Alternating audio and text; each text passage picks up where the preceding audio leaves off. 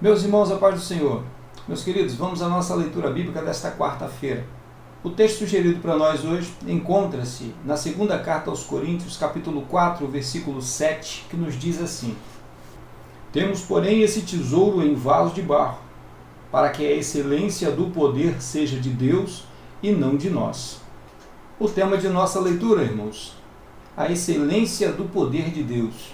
Lembrando sempre que nós estamos estudando a lição de número 4, que traz por título os dons de poder. O segundo tópico, irmãos, traz por título dons de curar. Nós teremos a oportunidade de dar uma boa observada nesse dom. O primeiro ponto desse tópico tem por título o que são os dons de curar. O nosso comentarista diz assim: são recursos de caráter sobrenatural para atuarem na cura de qualquer tipo de enfermidade. Por isso a expressão está no plural.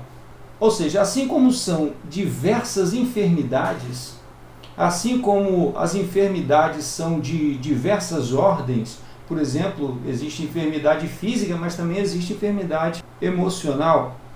Existe enfermidade que é provocada pelo mau funcionamento de algum órgão, mas também existe enfermidade que é provocada pelo emocional. A enxaqueca, por exemplo, é uma enfermidade provocada pelas emoções. E esta é a razão do dom estar no plural.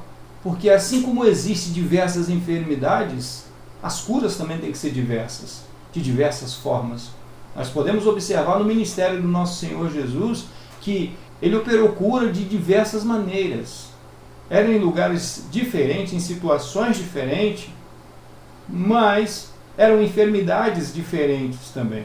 E sobre estas enfermidades, ele desempenhou autoridade, mas houve diversas manifestações de formas de curar. E não é diferente hoje na igreja, não é diferente hoje com o povo de Deus. O texto ainda continua. Deus é quem cura. Ele concede os dons segundo o conselho da sua vontade, sabedoria e no momento certo.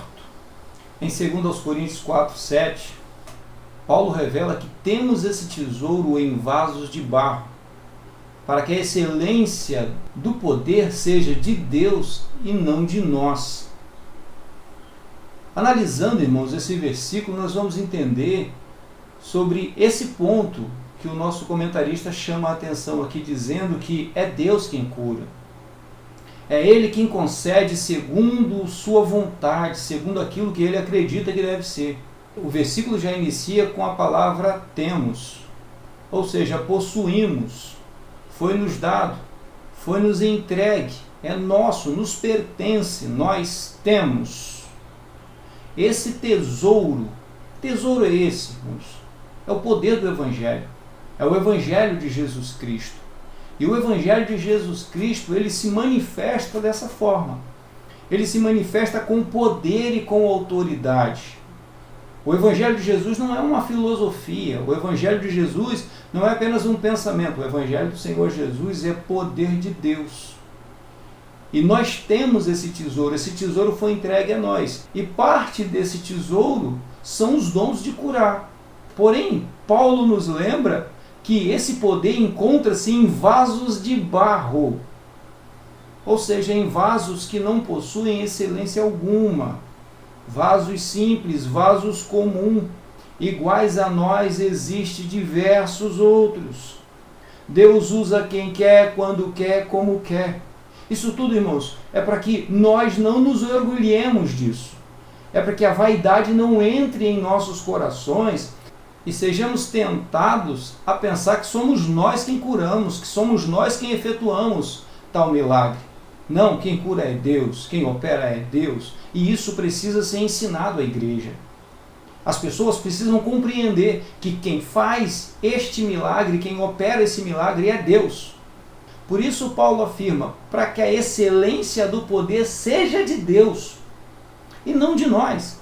Porque nós não temos esse poder não é nosso, mas o próprio Deus, através do Espírito Santo, é quem, segundo a sua vontade, deseja fazer isso. Por isso nós não temos controle sobre o dom de curar. Não existe controle sobre ele. Eu não decido quando que ele vai manifestar-se. Não somos nós quem decide se vai haver cura ou não, se vai haver cura hoje. Vamos fazer um culto de cura divina. E se Deus não quiser curar? Eu faço o quê? Eu faço nada. Porque não sou eu que faço, não é a minha vontade. Vamos para a porta do hospital estender as mãos para que haja cura naquele lugar. E se Deus não quiser fazer? E sem contar que isso é uma hipocrisia gigantesca.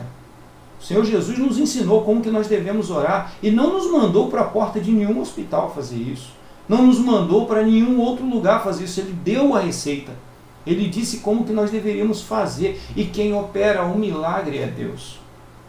Infelizmente, irmãos, algumas pessoas mal intencionadas vão abusar da possibilidade de haver cura. Sobre essa condição que o Evangelho tem, que onde ele chega, ele leva a cura. E enganam o povo e fantasiam religiosidades e buscam para si a glória que é de Deus. E assim enganam multidões, levando essas pessoas para cada vez mais distante de Deus, porque se não entramos pelo Evangelho de Jesus, se o Evangelho de Jesus não é realidade na nossa vida, para que nós precisamos de cura? Para que nós precisamos de qualquer tipo de milagre? Porque o maior de todos os milagres é a salvação que o Senhor Jesus nos oferta. A cura vem junto com esta salvação. A cura faz parte desta salvação. Nós vamos ver aqui na continuação do texto que o comentarista diz o seguinte: a concessão dos dons à igreja deve-se à necessidade do Evangelho ser anunciado como uma mensagem poderosa ao não crente, que outrora não tinha fé, mas que agora passou a crer no Evangelho, arrependendo-se dos seus pecados. Ou seja, para anunciar esse Evangelho, para anunciar essa palavra de salvação que o Senhor Jesus nos mandou ensinar às nações, nós precisamos do poder de Deus. Nós precisamos da autoridade do Espírito Santo. Precisamos que o Espírito Santo nos acompanhe. Irmãos, se o Espírito Santo não estiver conosco, não existe trabalho nenhum que seja relevante o suficiente para representar Jesus Cristo. Porque para representar Jesus eu preciso do poder de Deus. Eu preciso da autoridade deste nome. E a autoridade deste nome, ela cura, ela liberta. Ela retira todas as enfermidades. O nome de Jesus é a autoridade que faz e fará todos os joelhos se dobrarem.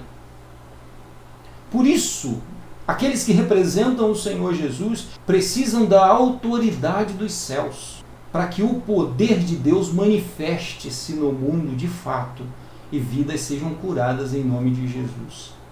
No momento em que pregamos, no momento em que oramos, no momento em que anunciamos a palavra do nosso Senhor Jesus, no momento em que anunciamos o Evangelho de Jesus, as vidas são curadas espiritual, emocional e fisicamente.